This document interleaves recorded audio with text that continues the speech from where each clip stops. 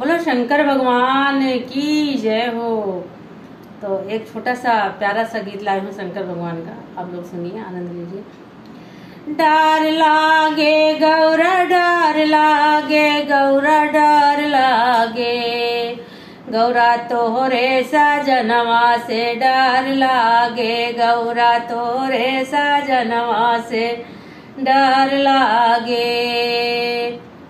लड्डू और पेड़ा उनके मन ही ना भावे, लड्डू और पेड़ा उनके मन ही ना भावे।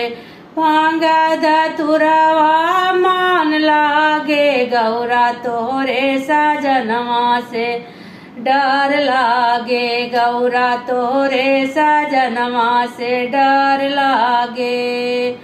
डर लागे गौरा डर लागे, गौरा डर लागे, गौरा तोहरे साजनवा से डर लागे।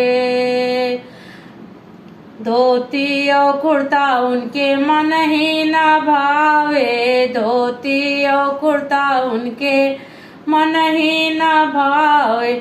बाग बागांबर मान लागे, गौरा तोहरे साजनवा से डर लागे, गौरा तोहरे साजनवा से डर लागे।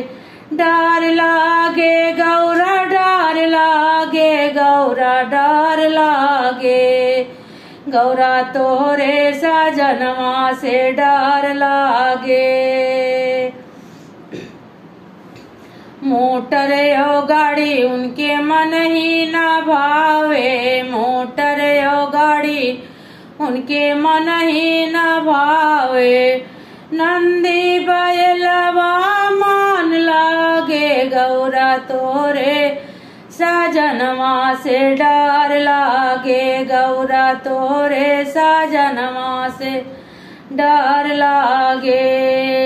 डर लागे गौरा डर लागे, गौरा तोहरे साजनवा से डर लागे। महलाया टारी उनके मन ही ना भावे, महलाया टारी उनके मन ही ना भावे। पर्वत पहाड़वा मान लागे, गौरा तोहरे साजनवा से डर लागे, गौरा तोहरे साजनवा से डर लागे। ये गीत कैसा लगा आप लोगों को जरूर बताइएगा।